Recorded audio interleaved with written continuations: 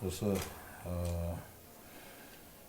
терапия пульмонология орталығына келіп отқаным қазіргі таңда облысымыздағы эпидемиологиялық жағдай өте күрделеніп кеткеніне байланысты ковидпен науқастанып қойған азаматтардың саны жерлестеріміздің көбейіп кетті. Біз енді қызыл аймаққа еніп отырмыз. Енді осыған байланысты біздер қандай шаралар қолданамыз деп өздеріңіз баяндап беріп отырсыңдар. Дей тұрғанмен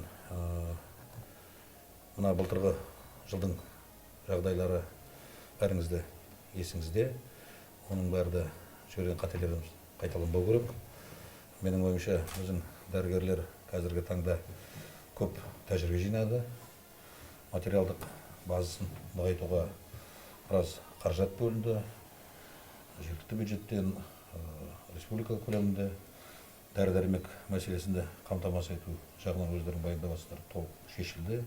Яғни мына ауруханаларымызда, үйлерінде емделіп жатқан жерлестерімізге емхана арқылы дәрі-дәрмектен ешқандай проблема болмайды деп қарап отырмыз.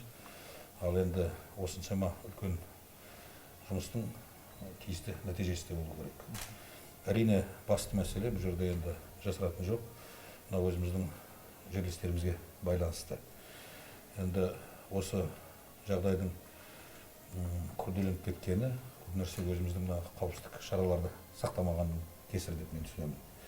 Енді бұл жерге осы індетке сенуге де болады, сенбеуге де болады. Бірақ өздеріңіз қарап отырсыңдар ғой, вирус оған мүлдем мән беріп отқан жоқ. Қаншама адамдар өзіміздің жерлестеріміз, жасы үлкені болсын, жасы кіші болсын, науқастанып осы өздеріңіздің орталықтарыңызға келіп отыр. Әрине біз енді қосымша 500 орындық аурухананы осыған іске қосып жатқанымыз, жаңа айтып отырмыз, былтырдың ішінде кислород жүйесін, көптеген емдеу аппараттарын алу, дәрі-дәрмекпен қамтамасыз ету мәселелерін бәрін шештік. Бірақ қаншама біз енді айтып отырсыздар, мыңдаған койка орындарын дайындап жүрсек те, бірақ ауруды алдын алу мәселесі ол енді өздерімізге байланысты. Яғни сақтық шараларды қолданған уақытта өзіміздің жерлестерімізге де айтатын, бірінші өзімізден бастауымыз керек. Әлеуметтік қашықтықты сақтау, сосын емін-еркін демалыс орындарына отырып, маған оның нағылар дейсің дегенде ондай ойдан біз арылуымыз керек. Себебі ол түбінде жаңа айтып отырмыз ғой, сенсең де, сенбесең де мына вирус оған қарап отқан жоқ. Мен бірсыпыра реанимацияда жатқан өзіміздің жерлестеріміз жағдайын қараған уақытта өте бір күрделі жағдай екенін өз көзіммен көріп отырмын. Шын айтсақ, өлім мен өмірдің екі ортасында қалып отқан азаматтар. Әрине, мен енді өздеріңіздің қай уақытта да тәжірибелеріңізге сенем, білімдеріңізге сенем. Шүкір, көптеген өзіміздің жерлестерімізді аман алып келе жатсыңдар.